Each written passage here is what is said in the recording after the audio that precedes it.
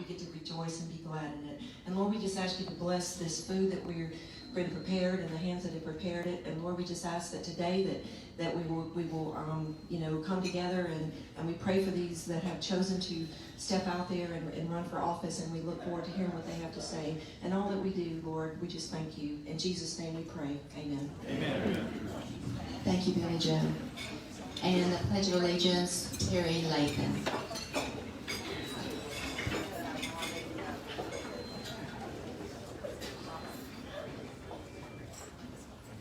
Thank you, Madam Chair, for this honor. While we stand, please salute and pledge. I pledge allegiance to the flag of the United States of America and to the republic for which it stands, one nation, under God, indivisible, with liberty and justice for all. Thank you, Terry. I'd like to go ahead and recognize our guests. I'm going to try to move through this fairly quickly because we have a great program scheduled, and I know you want to hear from these people, these distinguished guests. So let's go through the guests really quick. Any guests here today? If you'll stand up. The guests stand up, please. All of our members, please recognize and thank these guests as they're leaving today. Thank you for coming. New members, do we have any new members sign up today? If you would stand up, please. Yay. Thank you, new members, and we look forward to reaching out to you. And we encourage you each to bring a new person to the next meeting. Elected officials in this room. Let's start on our left and go to our right. Elected officials on this side of the room. Bob Wilters, District Attorney.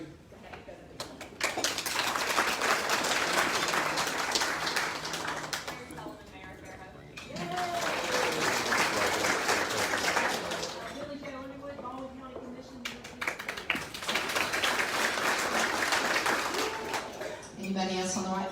There's Carmen right there.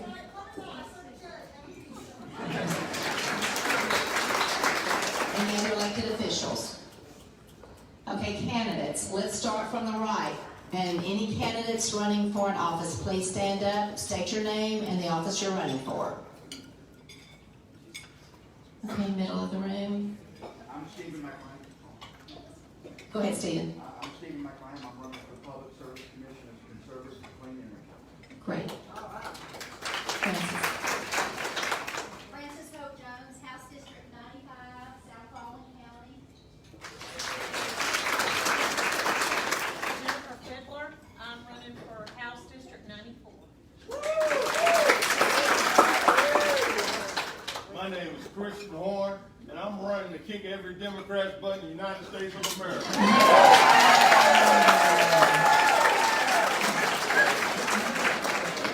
Secretary of State.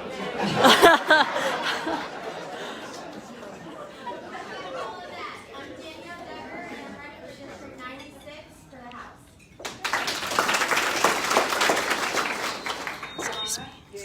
State House District 64. Thank you.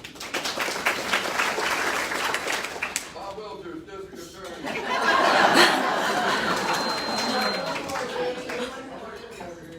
Angela Promo, House District 64. Appreciate y'all. Thank you.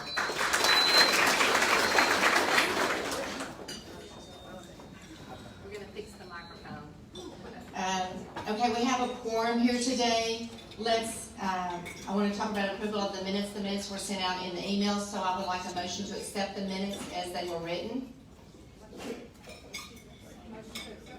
Okay, and then I need a second. Okay, great. Treasurer's report, Allison.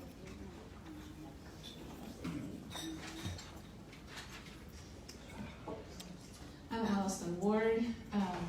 The balance last statement was $12,378.06. Deposits and other credits are $2,087.65.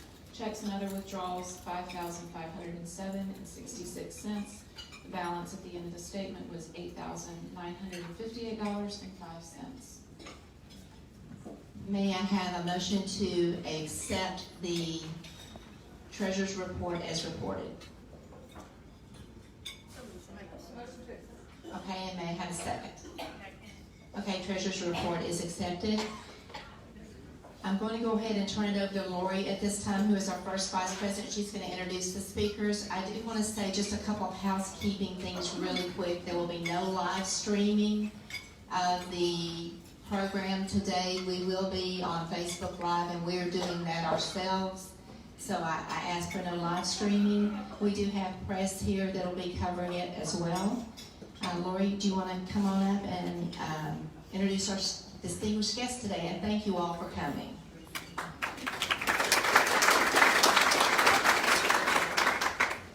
Hey, so we're really excited to have 7 of the 9 candidates here today. We have an alphabetical order here. We have Lindy Blanchard, Lou Burdett, Tim James, Donald Trent Jones, Dean Odell, Dave Thomas, and Dean Young. Thank you all so much for being here. We are also grateful to have Jeff Ford here. He's agreed to be the moderator. Jeff is the editor of Breitbart News' media vertical, Breitbart TV, and a conservative opinion maker throughout the state of Alabama. At Breitbart's helm, Ford manages a team of reporters to monitor and deliver highlights from radio and television news. He also serves as Breitbart's political correspondent for the state of Alabama and its neighbors. Ford is a regular contributor to Yellow Hammer News, a Montgomery, Alabama-based conservative news outlet, and a political columnist for Lania, Mobile, Alabama's alternative weekly newspaper. Boasting more than a decade of experience reporting on politics, the news media, and on the news media, Ford previously reported from Washington, D.C. for the Daily Caller and the Media Research Center.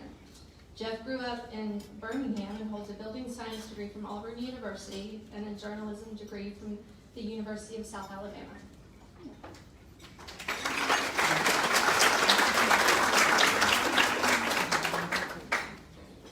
One last thing that I forgot to tell you, there are slips of paper on the table. If you have questions that you would like to ask these candidates, please write them down. I'll have people, just raise your hand, I'll have people coming around the room to collect those so that we can keep up with our time here. And the one other person that I forgot to mention is our AFRW President, Brittany Garner, who is here today, and we appreciate her coming very much. Thank you. Ladies and gentlemen, thank you for participating in today's forum. We do just a real quick rundown of the rules here. We're going to give you 2 minutes to introduce yourselves, and then a minute for each response to each question. We're going to try to rotate who goes first. So Ambassador will go first, and then we'll go to Lou Burdett, and we'll go down the line in alphabetical order, and then we'll rotate. So the next question, Lou Burdett will go first, and so on and so forth. So with that, I'd like to kick it off here. Ambassador Blanchard, 2 minutes. Tell us a little bit about yourself while you're running for governor. Hi, I'm Lindy Blanchard, and it's great to be here. I feel like I'm home because my mom and dad live here.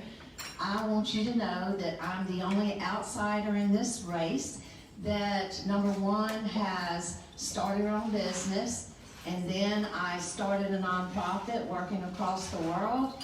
Then I became ambassador for President Trump, working for the First Lady Melania Trump in her country.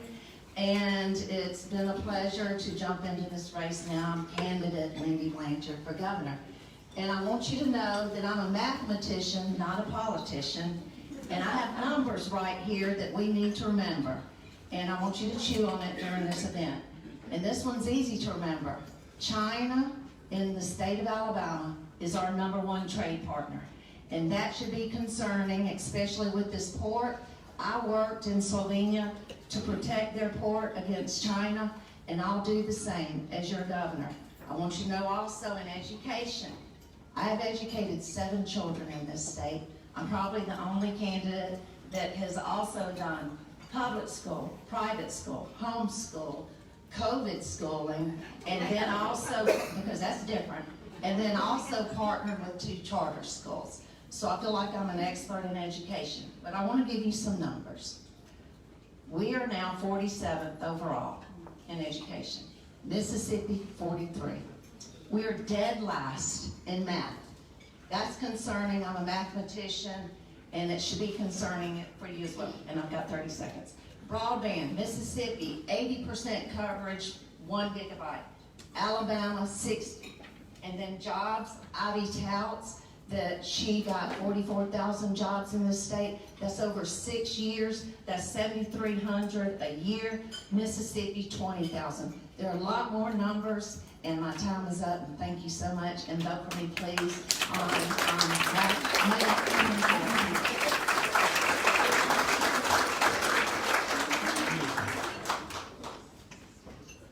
I'm Lou Burdett, thrilled to be here today. Thank you for having us, because we all want this opportunity to share our hearts for change for Alabama. And as I travel the state, that's what I hear over and over and over again. Lou, we are so hungry for change. So hungry for change. And to do that, the biggest issue facing Alabama is we've got to restore trust. And the only way to restore trust in Alabama is to fight corruption that we've been experiencing decade after decade after decade. And it starts with money. I've already challenged everyone in this race that we have to limit campaign contributions. We are one of 5 states, 5, that allows unlimited campaign contributions. And what does that do? It buys favor and influence.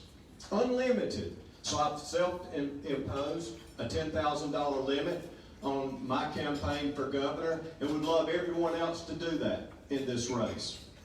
That's where change starts, is following the money, and what does it buy? Favor and influence. I'm a common sense business person. I've spent my whole career in the real world. I say, thank God I'm not a politician. We need someone with real world business experience that nobody has influence over. Nobody has favor. I don't owe anybody any favors, this group or another group, because that's the only way that change can. This is what makes it the Republican Party go. Not males, but the ladies. They carry the load. Commissioner, good to see you. I want to introduce my wife, Angela, is with me today. 38 years. My first home was River Route, Box 1, Magnolia Springs. We were at the first box at the end of the river, if you look up on the right. Problem is, it's been a long time. Let me shopping center, so I know a little something about building bridges and toll structures. Now, nobody wants a toll. I get it. Do we agree on that? Yes. 50% of the traffic going up through that tunnel is from out of state. Why in the world do we not let the out-of-staters pay for our bridge just like they do in Florida? Very simple. Once you and us either pay for it, and the ticket is a couple $2 billion, or you let the travelers do it, and this is what you should do.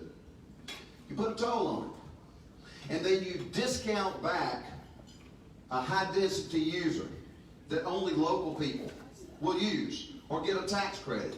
And the effect of that is the same thing that Governor DeSantis is doing and the state of Florida has been doing for years and years. I wouldn't tell you this if I didn't know what I'm talking about. It is a good time to build it. I've watched this drama now 5 years. It shouldn't. Thank y'all.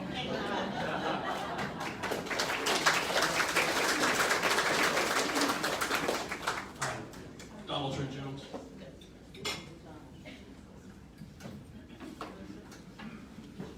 Hello everyone. It's a beautiful day in Fairhope, Alabama. And it's a pleasure to be here with you. My name is Donald Trent Jones. And I spent most of my early 20s traveling around the United States. And one thing that my travels taught me is we live in an amazing state. And I always value being here. My family is here. This is a beautiful place. I graduated from the University of Montevallo cum laude with a degree in foreign language. So hablo español, me encanta hablar el idioma, es increíble. I am a yoga instructor.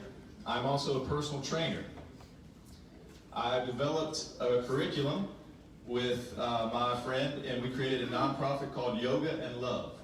This is our curriculum. It's the only AL HB 246 compliant yoga program in the state. And we feel that yoga is an amazing technology that teaches us how to find inner peace, calms us, and the way our program works is that teachers teach their students. We teach teachers to teach their students our program. I believe wholeheartedly in MAGA. Donald Trump has his version of MAGA. Well, Donald Trent has his. I plan to make Alabama grateful again. I plan to do this by promoting an attitude of gratitude, mindfulness, and a general sense of well-being physically and mentally. If you elect me governor of the state of Alabama, I plan to bring these gifts to the people.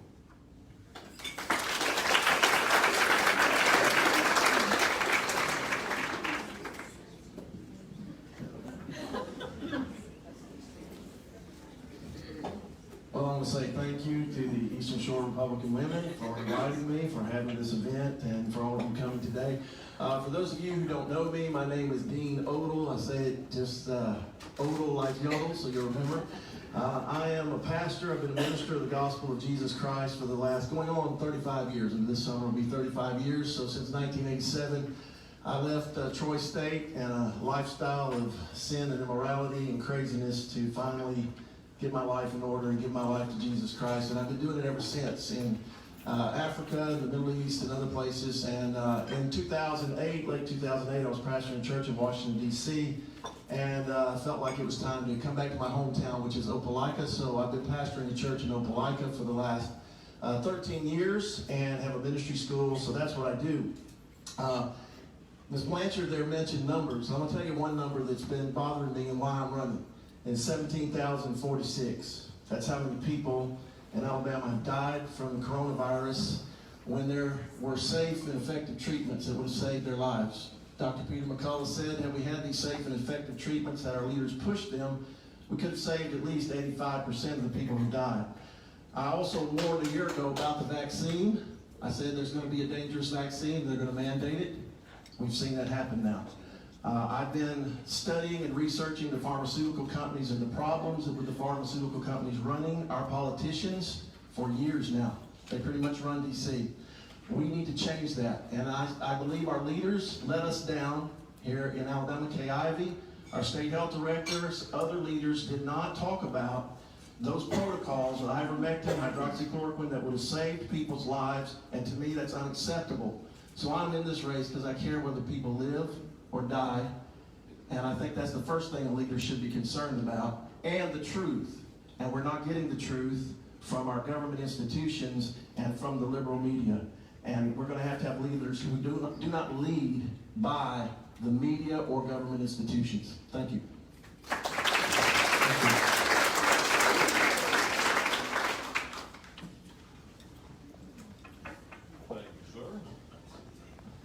Good afternoon. My name is Dave Thomas. I very much appreciate the invitation and you ladies putting this event on today. I'm going to take my 2 minutes just to simply introduce myself and give you a little background. Been married 39 years. Married my sweetheart, high school sweetheart. We have 2 children and 4 beautiful grandchildren. And because of our involvement in our children's education, I wound up serving as PTO president for a couple of years. I'm going to run for the Board of Education, but long story short, wound up running for the legislature. The incumbent at the time was a 3rd generation incumbent, not third generation. And so he didn't have a primary, and because Republicans didn't think we could beat him, I didn't have a primary. So I had a straight shot to the big dance in November. And we sent him home, beating by 6%. Yeah, it was amazing.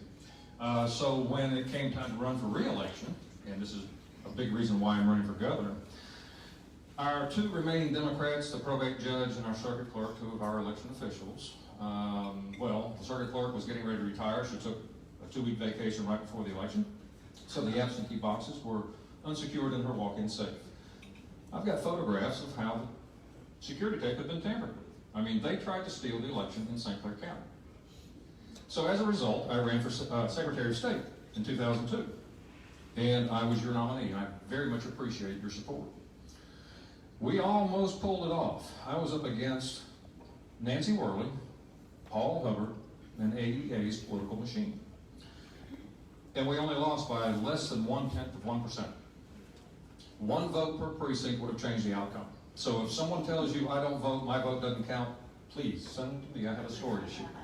It does count. It is important. If we don't have election integrity and ballot security, we've got nothing. So that's a very big part of why I'm running. Time's up already. Thank you very much. Appreciate your support. It's time, Alabama.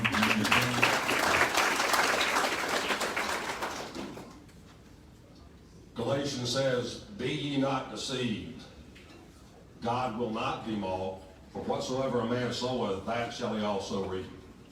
3 years ago, 72% of Alabamians went to the polls and they voted. They said, we want the 10 Commandments and other historical documents in front of our children across the state. That amendment got more votes, got probably all of your votes, more votes than the governor got or anybody else or any other amendment.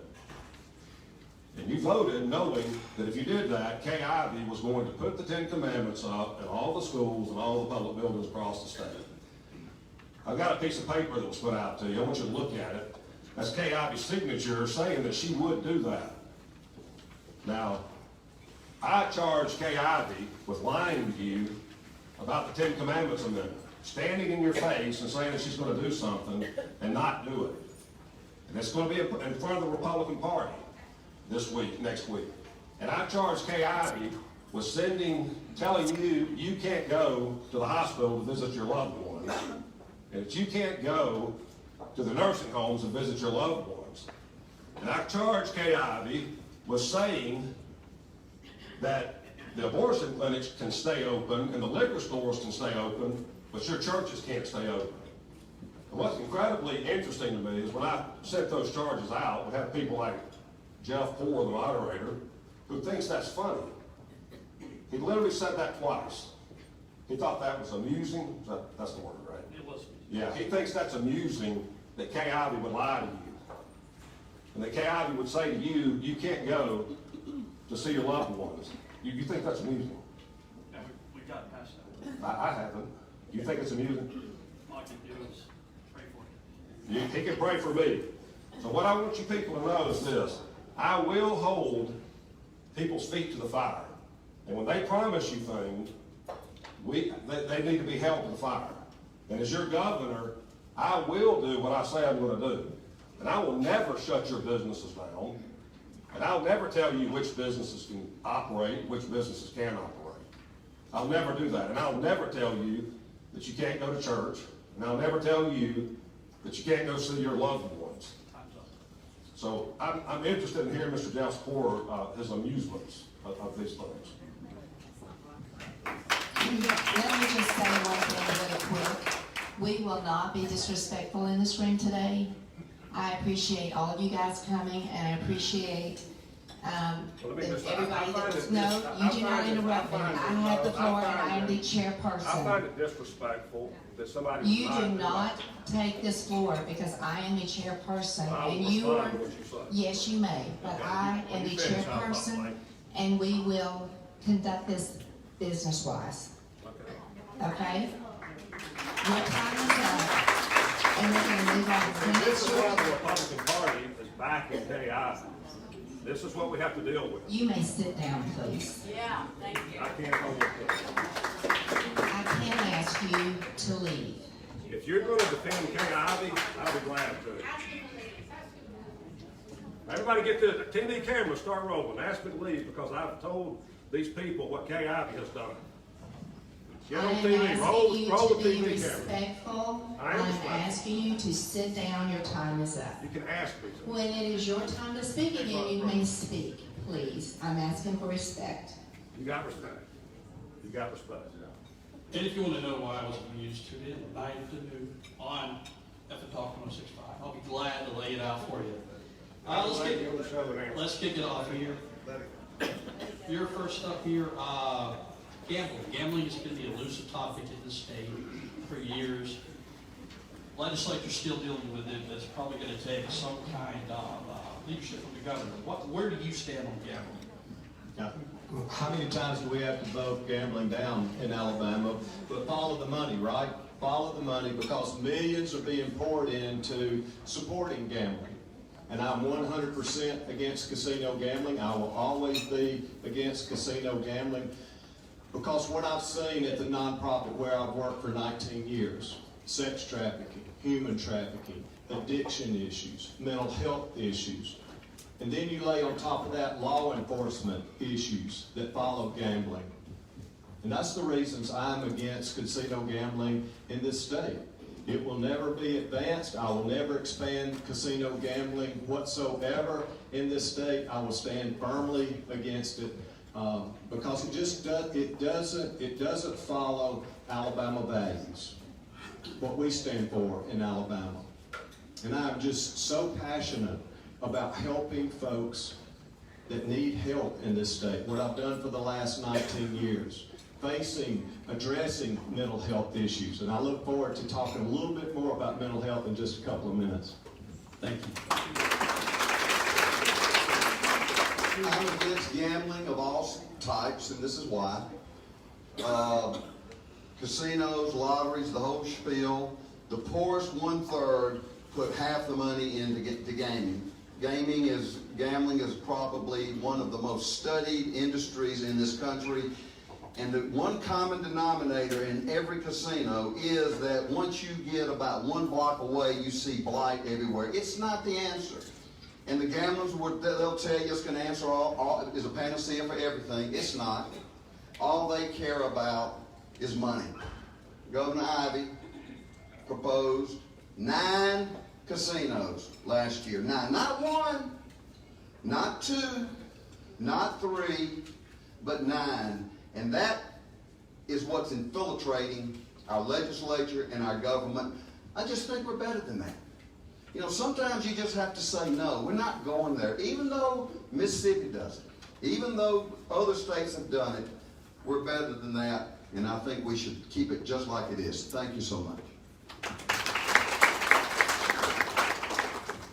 On the subject of gambling, you know, I can see a lot of positives that come from, you know, the revenue that comes from those things.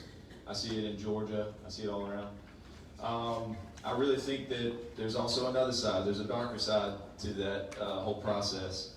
And I think we have to really, really, really weigh the pros and cons.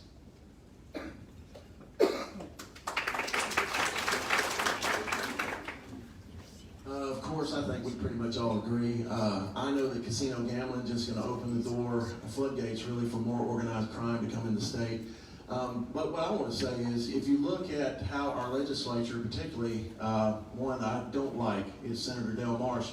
He always tends to push things and try to push things through real quick. Whenever you see that happening, there's usually something very bad going on with that stuff going on. And it's usually a money-making scheme. And that's one of the reasons I'm against it, because like they said, it's going to increase crime, it's going to increase bribery in the state, it's going to increase, again, poor people are going to be the ones that are trying to, you know, a lot have that idea, I'm going to get rich quick. And it's just not there. The House has the advantage. Everybody knows that, or they wouldn't have the biggest buildings in town. So, you know, we don't need it in Alabama. We are much better than that. And I think that we can have plans to maximize our natural resources and change some things with our energy and make up the income that we need. And we found that throwing more money, for instance, throwing more money at education hasn't fixed the problem. So that's not the issue.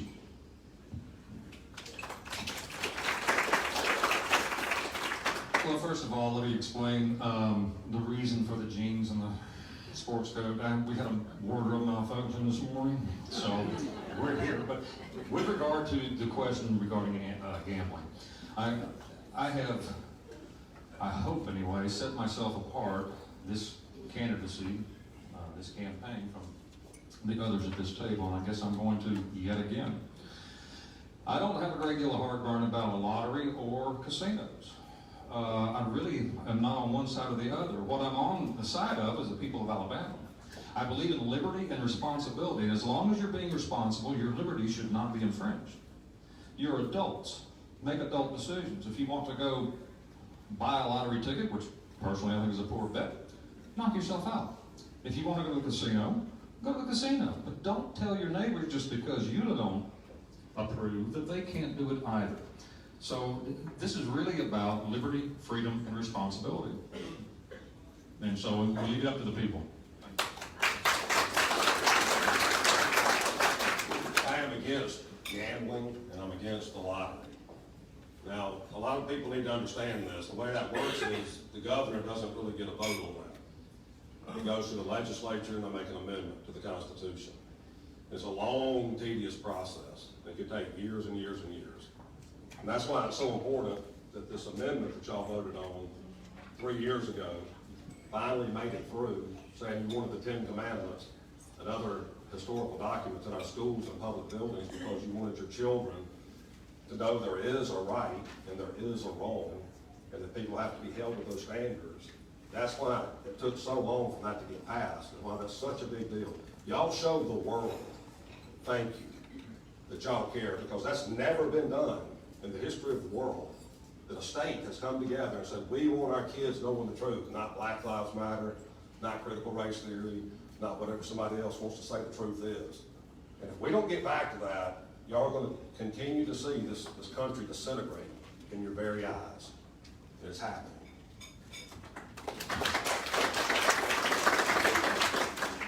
First of all, I don't like gambling, and I'm not a gambler.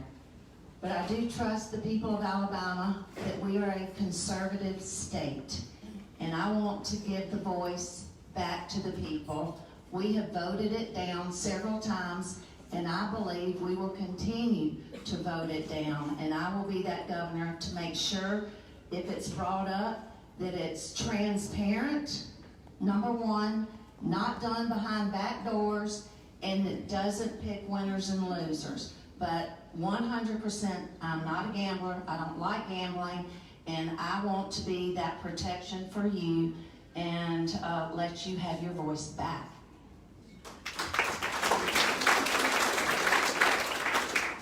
Okay, we're on to our next question now. Rebuild Alabama Act was passed in 2019. With that came an increase in gas taxes. Maybe it's a two-part question here. Where are you on the gas tax, and what do you think of the Rebuild Alabama Act 2 years in? How has that played out? Have we gotten what we have promised?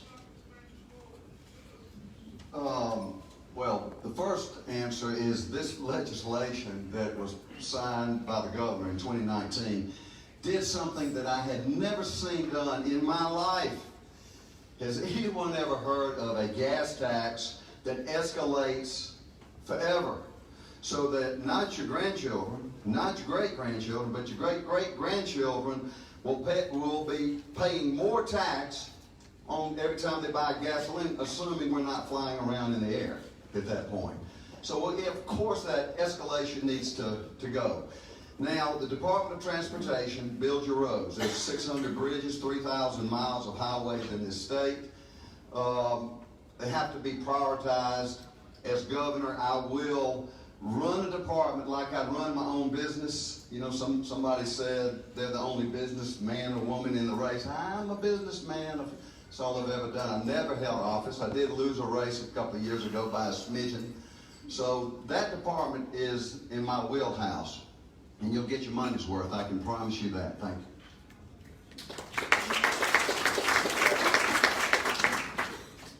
I'm going to be honest with you. Not real sure about the tax. I don't know. I'm going to pass it to the guy beside me. Thank you.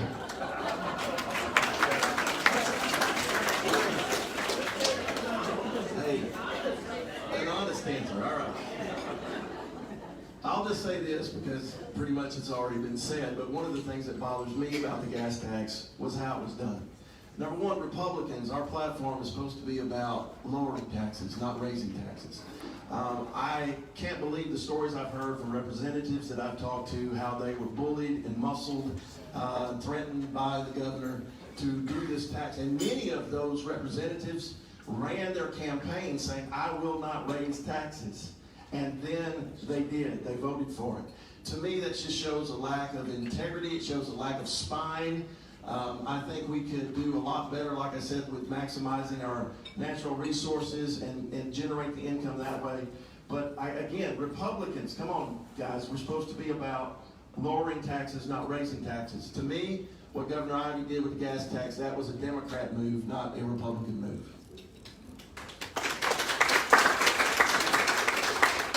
I concur with much of what you said.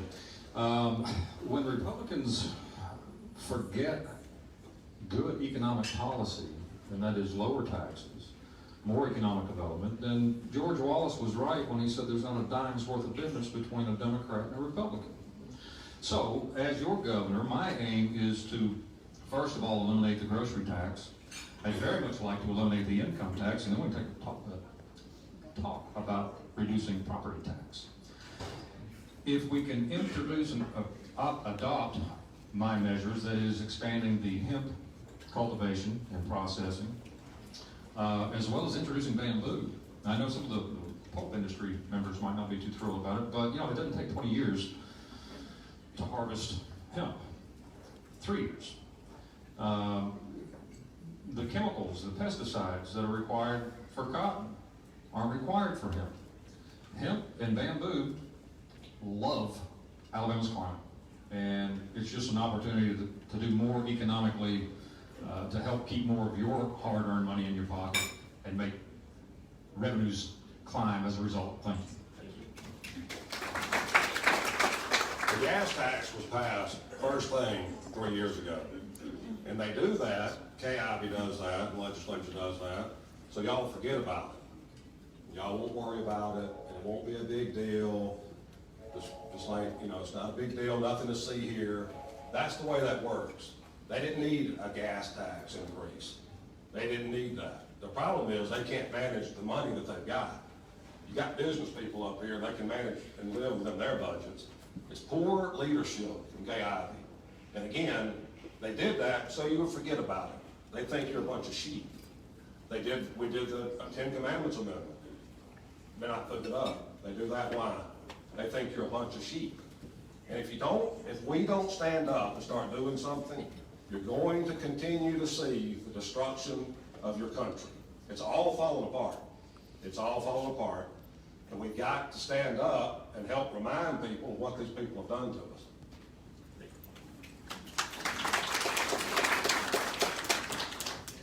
First of all, as governor, I would freeze the tax and roll up my sleeves and look and see how much money has come in. And we have asked the governor's office this, how much has it produced, where's it gone, and what's left? That's what a business person does.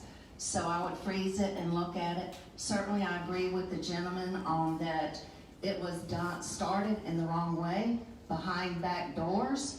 And we as candidates should be sure that we want to make our state a state that is not known for corruption. We are known as the 4th most corrupt state. So that's how I would handle it. Thank you.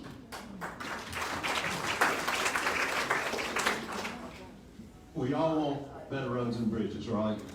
That's something that we can all agree on, every single one of us here.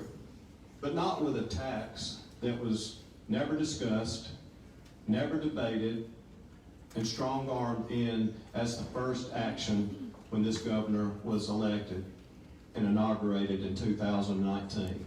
It was wrong to put that tax on the burden of all Alabamians.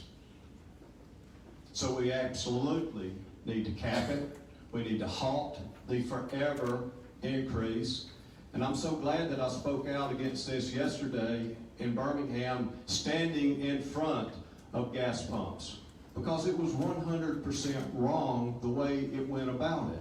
Because there should be more common sense solutions than we see those signs of rebuild Alabama. Why are we having to rebuild Alabama? Because there's no common sense business approach to government in Montgomery. That's what we need in Montgomery. That's the kind of leadership that I'll bring.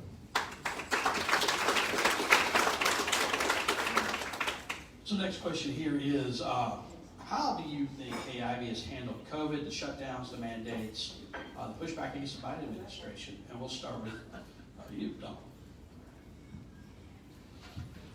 Pues la verdad es que no estoy seguro. Pues pienso que pues el gobierno hizo un buen trabajo. Pero la verdad, a mí no me gustan las máscaras. Eso es lo que pienso y pues es todo lo que tengo en este momento. Y voy a dar mi tiempo a mi compañero aquí. Mr. Alabama. Gracias. Gracias por la atención.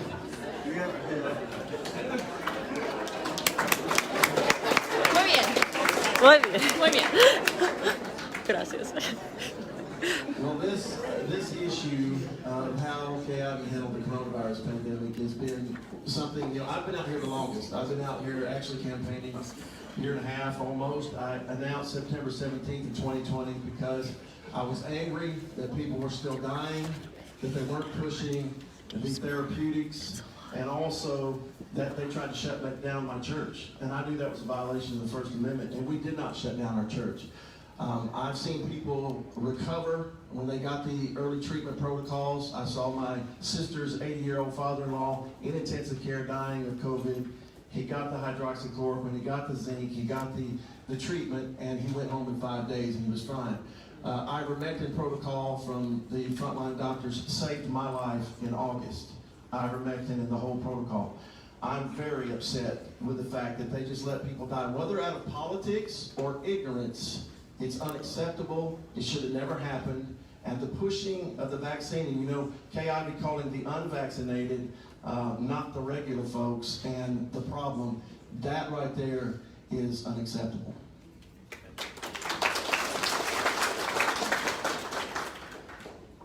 Well, I have to give credit where credit's due, I suppose. I mean, Governor Ivey has been a good manager. I think we can all agree on that. The funds, the budgets, her management, that's been fine. Where I think most folks have been disappointed is in the lack of leadership. And so I really don't want to say anything negative about Governor Ivey.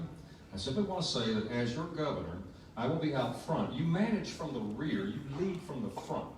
And I've got the thick skin and the hard head, the intestinal fortitude and backbone. I've proven it time and time again, to be the leader that Alabama needs, to be out front, to be vocal, to be seen and to be heard, and to take on the overreach from Washington or anyone else that wants to trample our rights. It really comes down to our state motto: we dare defend our rights.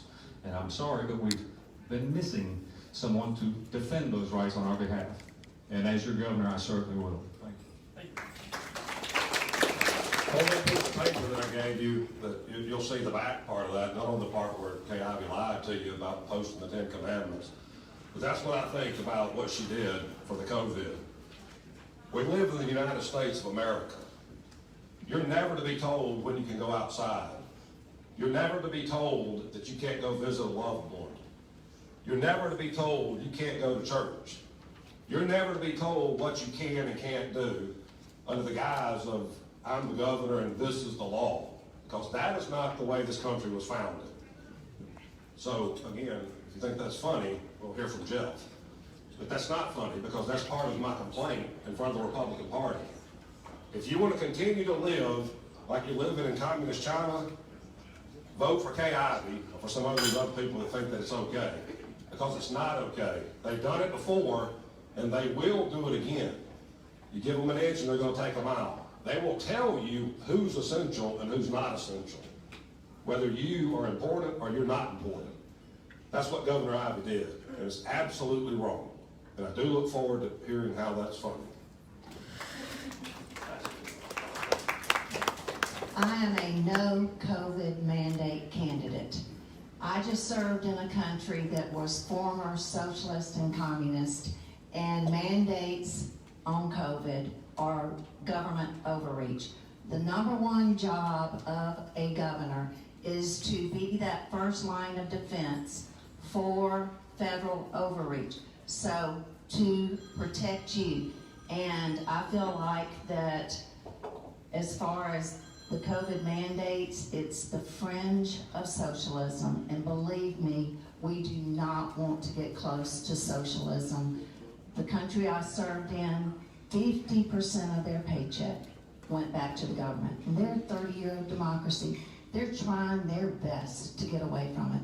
We do not need to get close to the fringe. So I'm a no COVID mandate candidate.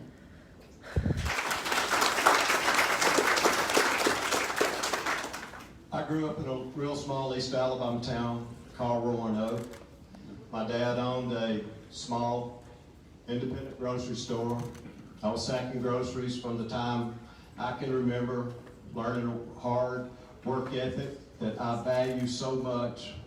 So we can never have small businesses closed again in this state. It just makes no common sense. How can Walmart, Lowe's, Home Depot be open, but we're going to close small business? So absolutely we can't have small businesses closed. 87% were hurt by the closures that they experienced.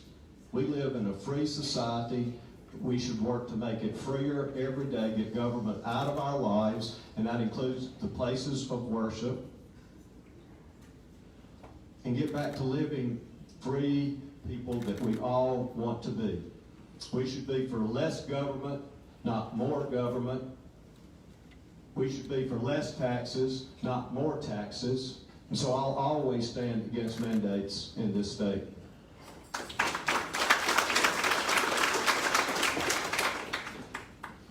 Forced vaccination by any government.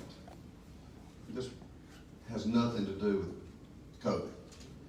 It has everything to do with control. That's all this is. The idea that a government would say to its people, state and federal, you're going to shoot this vaccine in your veins, and if you don't, you're going to lose your job. We're going to put you in poverty and bankruptcy. What you're looking at is a spirit of Antichrist. Now, don't say James says it's the mark of the beast. That's not what I'm saying. They're telling you if you don't do this, you lose your work. You can't buy and sell. There's nothing new about this. This is right out of the Marxist playbook. The problem is it's not just Biden. We've done it right here in the state of Alabama. We saw it at UAB. Even the legislation right now that they passed in special session, you remember it has 3 exceptions. If you don't meet the exceptions, you could be fired tomorrow if your employer wanted to under state law. It must go. Thank you.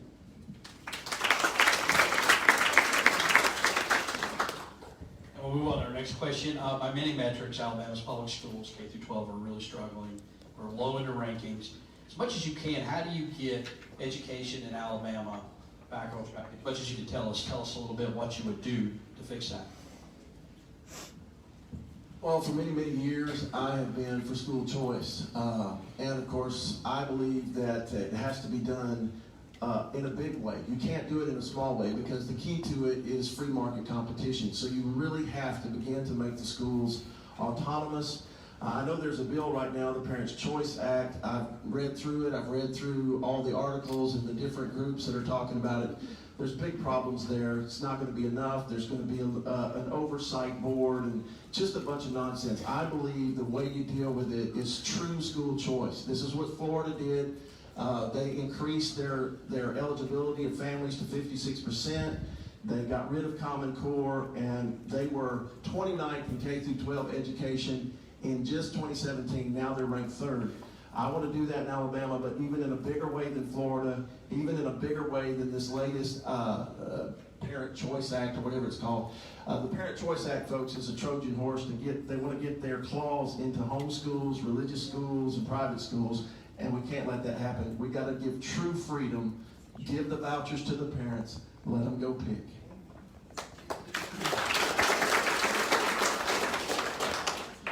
Once again, Dean, I very much agree with most of what you said there. I'm not sure what to do about that, but no, I agree totally. School choice. I mean, where and who should be empowered with educating our children, but for our parents, and I might say grandparents as well. Another one of the tax-saving measures that I'd like to introduce would be a grandchild tax credit, because especially over the last couple of years, how families have had to come together to just keep the lights on, and families fed and warmed. Grandparents have had to step up even more so. And so I think it needs to be acknowledged and help those families save that money as well. We're not talking about a great deal of money, but getting back to the school choice and education, absolutely, that would be complete choice if you want to send your child to a public school or to a different public school, to a private school, even homeschool for that matter, as far as I'm concerned. But one last thing I'd like to do, if we're going to have true education reform in Alabama, whether it's through a casino, lottery, or whatever, we've got the funds, let's expand our adult education. If you wake up one day and decide the light has come on, you're ready to do something better with your life, you need to be able to enroll in a public institution certified so that you can improve your standard of living for your family and everyone else around you, and it helps us all.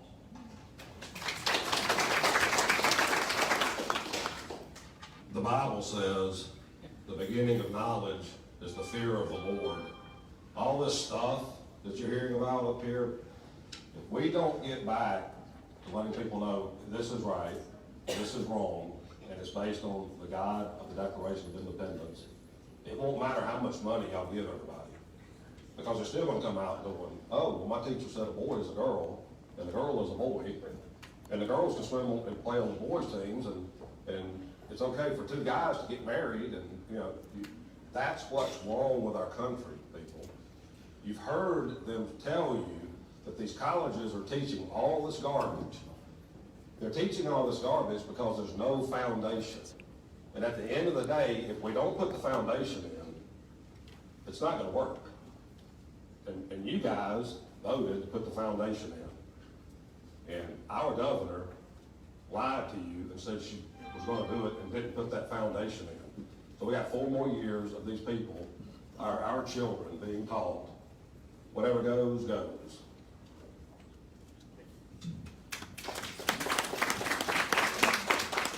I am a school choice, parent choice, obviously candidate. The first thing I'll do as your governor is rip the rug out from Common Core. Here's a humbling story. I'm a mathematician, as I said before, and I tried to help my girls before I left as to be ambassador, and they asked me some math, and so I showed them how to do it. They said, Mom, you're not doing it right. And so the math I was showing them was the same math that got us to the moon. We need to get back to basics, how we learned, and that's the first thing I would do is rip out Common Core.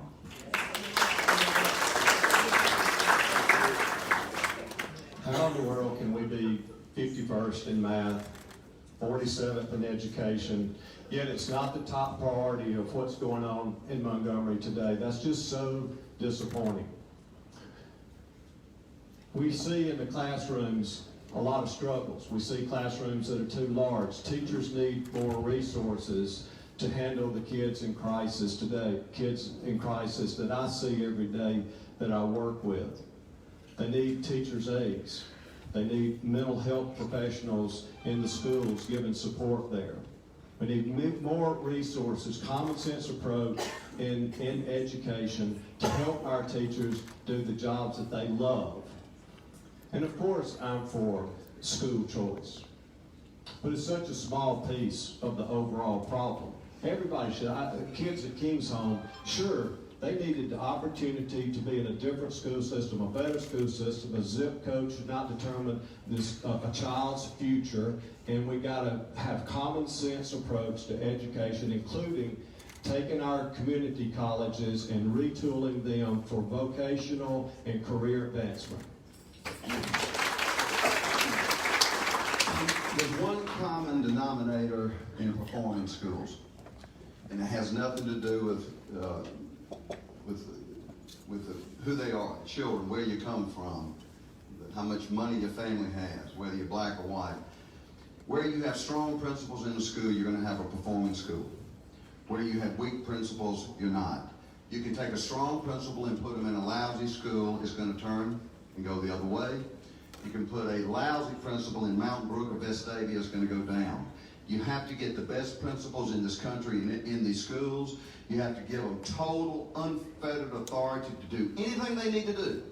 And leave them alone and hold them responsible. And they should be paid Bonus is tied to performance. Now, I'm not going to compare Selma High School to Mountain Brook, for example. But I am going to compare Selma High School to Selma High School year over year. And if you see those grade scores rising, they're doing their job. If they're not, they're going the other way. That is the single most important thing that we could do to focus on like a laser. So I believe the question was, how do we improve schools? I would like to suggest a ALHB 246 yoga compliant program. Yoga has actually proven to improve behavior, reduces stress, and gives more focus. So I think the students will be able to channel their energy better towards their test. And I think yoga would be a great opportunity to improve our schools.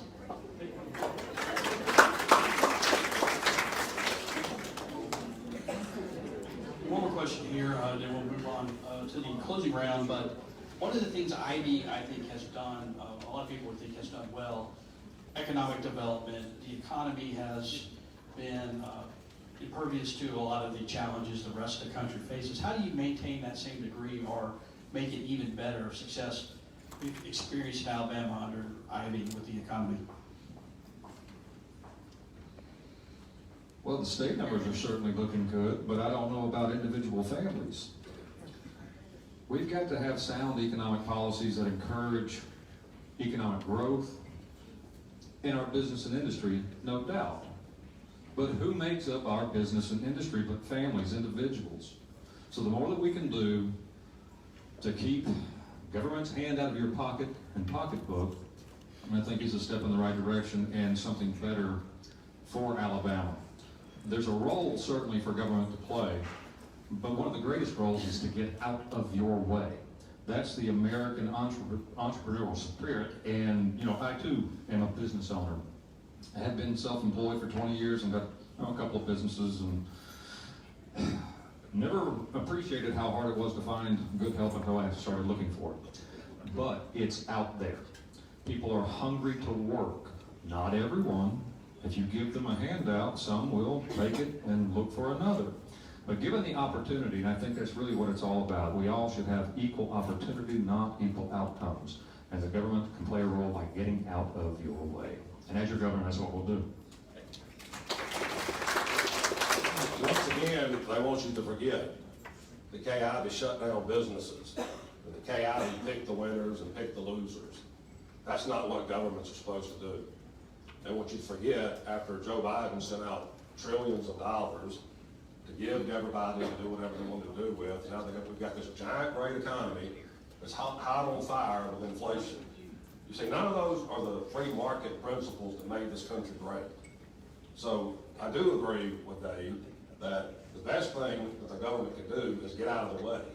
Instead of shutting everybody down and saying you can stay open and you can't stay open and all these things, that, again, they want you to forget about. The government needs to stay out of the way of the business people and let them do what they do best, and that's make money. So try not to forget what Governor Ivey did to you. They want you to, and they think you're sheep, so we'll see. We'll see what happens. Personally, as your governor, I'd like to focus on filling the positions we can't fill. In Montgomery, we have 400 positions at Hyundai. And do you know why they can't fill them? Because on the application, they say, read the second paragraph, the first sentence. And we have students we're graduating that can't do that. We need to focus on our seniors in high school for workforce development readiness right out of high school. Those are the jobs that we need to start filling and move up from there. Because not only does it fill those positions, but when we give these seniors hope that they can step out into society, we are reducing our drug problem, we are reducing the overpopulation of prisons, and our mental health issues. So we need to focus on that from the bottom up, and I think we'll succeed.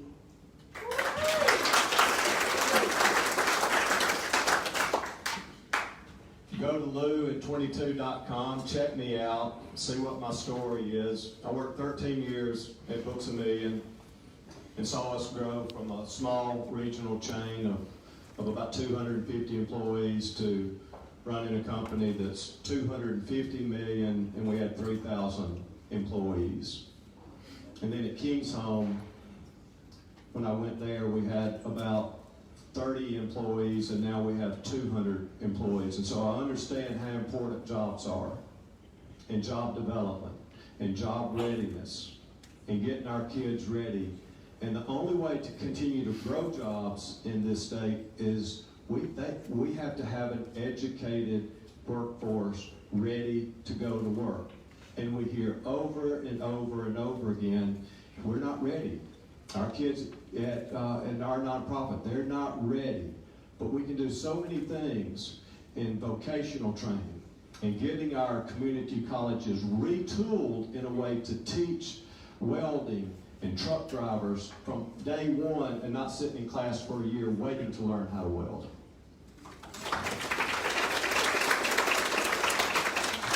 Coming in today, I heard an ad, and I hardly ever listened to anybody's political ads, even my own. I'm not kidding.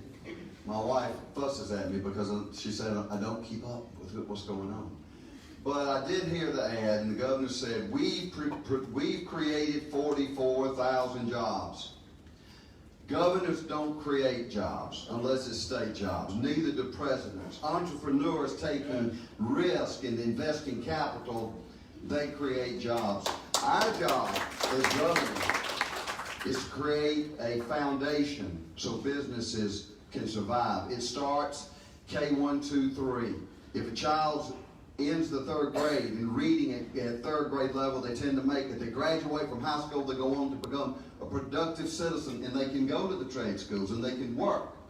If you lose them in the foundation years, you never catch them, and they go on to become a problem. They go to prison, and we pay for it. Thank you.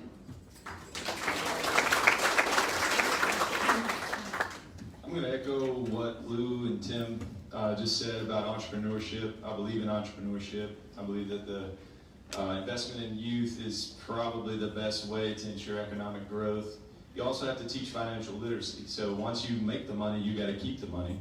So teaching kids how to manage their money, and then encouraging families, small businesses. I run a business with my family, and it's an amazing thing to have them as support and an asset in my life. So I think that's exactly what needs to happen.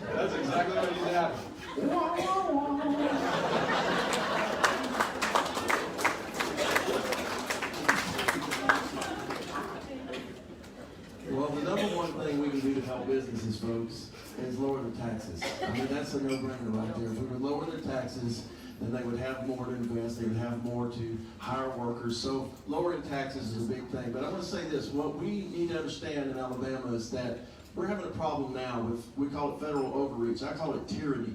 I call it a violation of the 10th Amendment. What we need to get back to is, we're going to have a governor that's going to be willing to actually nullify our overreaching federal laws, like our territorial waters, our drilling rights. We're going to have to be able to just look at the federal government and have a governor that says, no, you've gone too far. We're going to take back what's ours, our territorial waters, our drilling rights, and maximize our natural resources. We're working with the Trump advisor, was at the White House for 4 years with Trump. He advised Trump on the energy and economic plans. He actually has patents on the new hydroelectric generators that we can put on our rivers, take us from 6 cents per kilowatt hour to 2 cents. There's some things we can do in energy, but we're going to have to say no to the federal government. And you're going to have a governor that will do it, and I will do it. Now we're going to give each of the candidates a minute as closing remarks and let them write things down. Dean Young, you're first. For information about me, go to deanyoung.com. Everything I've told you today is on that website, deanyoung.com. And you're right, I am the guy that fights the tolls and beats them. I'm the guy that fights the tax increases and beats them. That's what I do. Not only do I stand up for what is most important, and that's the foundation of this nation, but I fight the guys that are trying to increase our taxes. And I would just say, if you find anybody sitting behind me or beside me that's done a tenth of any of that, just email me. Because I have a record of fighting taxes. I have a record of fighting toll bridges. It's a very good record. I didn't just show up because I just figured out that the country was falling apart. I've been watching the country disintegrate for 30 years, and I've been trying to warn everybody. And I'm telling you again, I need you to go out and tell your people, don't be tricked and don't be lulled into thinking that they won't do to you what they've done before. And don't be tricked into thinking that if we don't acknowledge God, I don't care how, everybody can have a golden car and a golden house, and a golden school, but it won't work. They're right, there are things that are right, and there are things that are wrong, and that's what the founders put in the Declaration of Independence. So remember that, that's what's important.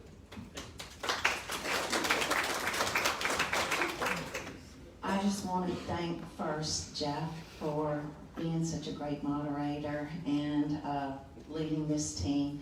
I also want to let you know that as far as being ambassador, when I served for President Trump, he put an initiative forward for all of us to follow in Europe.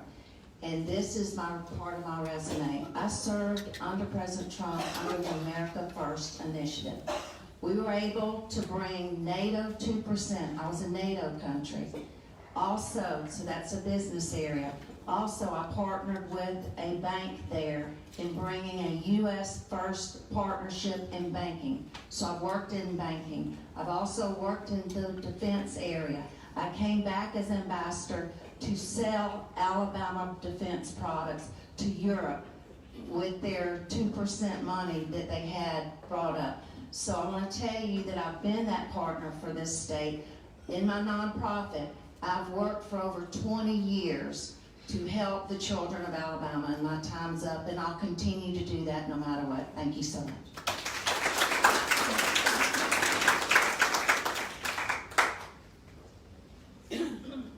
I'm Lou Burdett, and I'm working hard to be the next governor of Alabama. And I truly want to earn your vote and support. I'm so thankful for having the best family in the whole world. Susie, thank you for being here today. My wonderful wife of 32 years, my oldest son Ash, my daughter-in-law Caroline, Grant.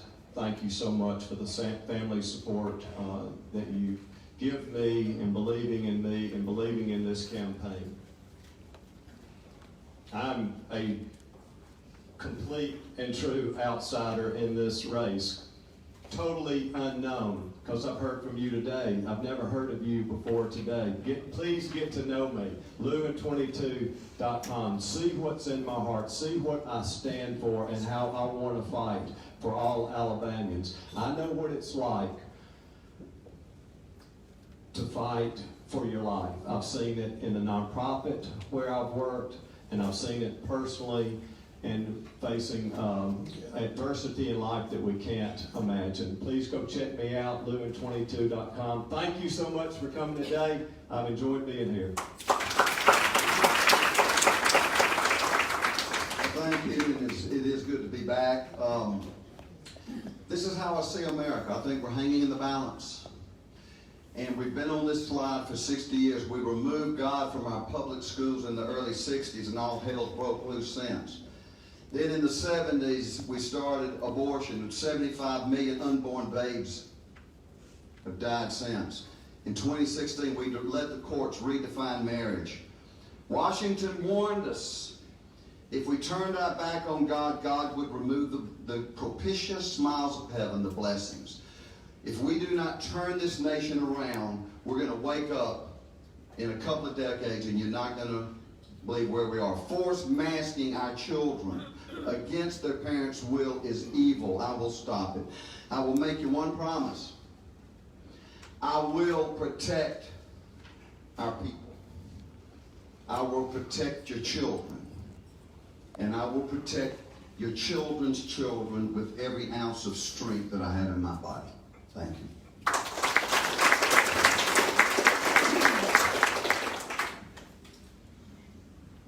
I've enjoyed hanging out with you guys today. This has been so much fun. I learned a lot. I was not sure how this was going to go, but it went great. I think it went great. Thank you. You can find me on Facebook, Donald Trent Jones, or you can find me on Instagram, Donald Trent J. You can also find our nonprofit, yogaandlove.org. And it's been an honor to be here, and I appreciate you having us.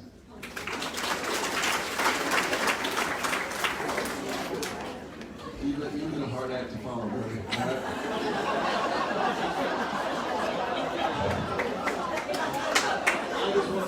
want to say thank you for the Eastern Shore Republican Women. It's been a wonderful day, wonderful event having us. Thank you, Jeff Core. Thank my wife, Nancy, my daughter, Faith here, and our team. We have around 300 volunteers now across the state. That's why you're seeing our signs everywhere. We've been working hard. We've been out here working hard for a year and a half. You know, when people say, I have to laugh. I know we're kind of all outsiders in a way because we haven't held a statewide office here in the state, but I'm the most censored gubernatorial candidate in history. YouTube shut down my channel, 24,000 subscribers, 5 million views in the last 5 years when I decided to run for governor because of the truth that I will tell. I am not afraid to dig and look behind the scenes and find out what's really going on. And I'm willing to tell the truth, and I'm willing to speak the truth. And I think that's my greatest trait in leadership is I will not lie to you, and I will not put up with cover-ups or corruption or government lies. I just won't do it. And so I just hope and pray you'll look at us. It's Dean Odle, like Yodel, for governor.com. Dean Odle for governor. Check us out. We're going to be all over the state. We've already gone 38,000 miles. I too would like to thank you for hosting us this afternoon, and it's been an honor and a pleasure to be here.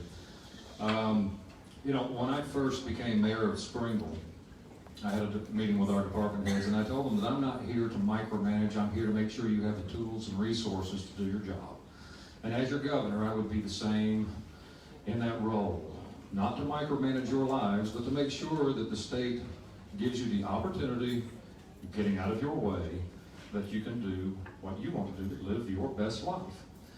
Simply put, I'm just an ordinary man seeking an extraordinary opportunity to do something hopefully truly amazing with, not for, but with the people of Alabama. And with your help and support, we'll make that happen. Look for us at It's Time Alabama. It's Time Alabama. Thank you for your support. Ladies and gentlemen, that concludes the forum portion of today's program. Can we get a round of applause for our candidates?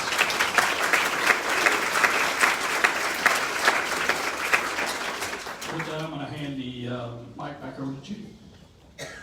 Jeff, thank you very much for agreeing to come over and moderate this for us. We really appreciate this. Would you all please stand? One more round of applause. Thank you all for coming. We really appreciate it. This is the first time in the state that all 7 out of 9 candidates have been in one location. The other 2 candidates both had to work today, and Governor Ivey has her kickoff campaign tonight in Birmingham. They are both making plans to come and visit us as well.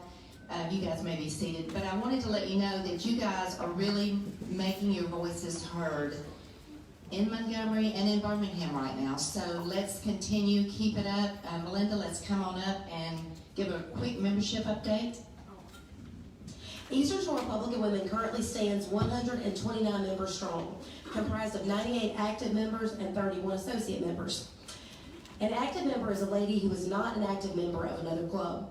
An associate member may be a lady who is involved in another club as an active member who also wants to participate in our club, or one of the guys. We want you too. You're always welcome. Our goal this year is 300 active members.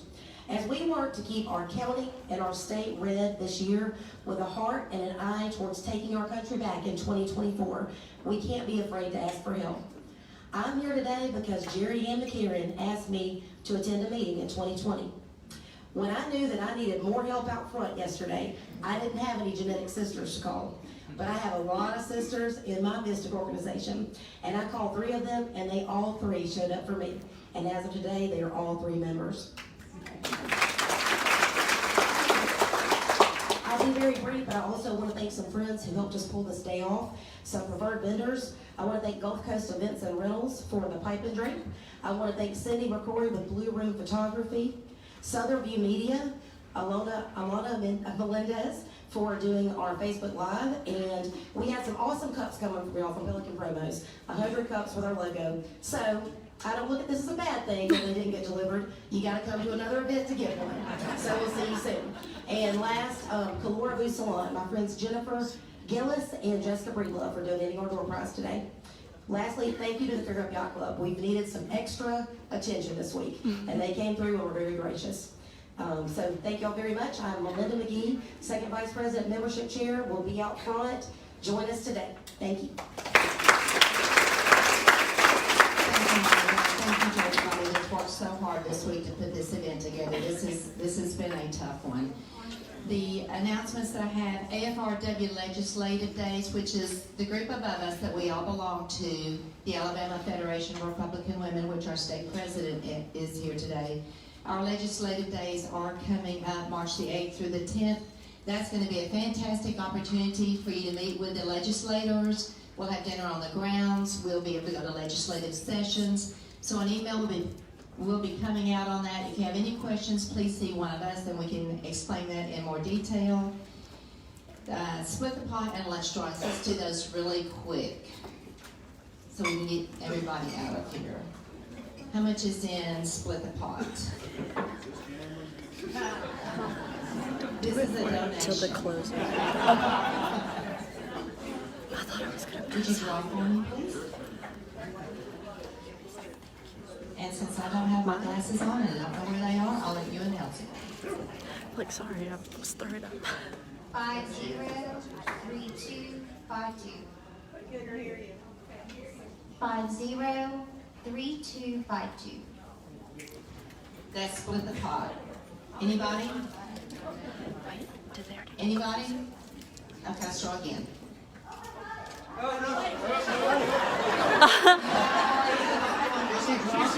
she comes. Come on. It was $87. Come on up. Congratulations. Thank you.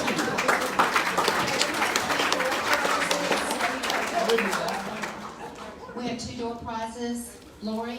One is from Calora Boo, and it's worth $250. I will get you to draw. 1680836.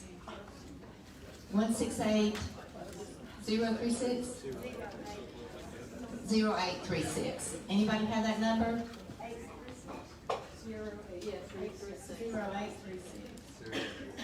1680836. Okay, let's draw again. I'll take it. 1680831. Come on up. You might know someone special to give this to. This is worth over $250 from Calora Boo. There you go. That's right. That would be cheating. Okay, one more, and South Baldwin, Barb Xander brought this today. So Barb, why don't you do the drawing, please? And thank you for the gift.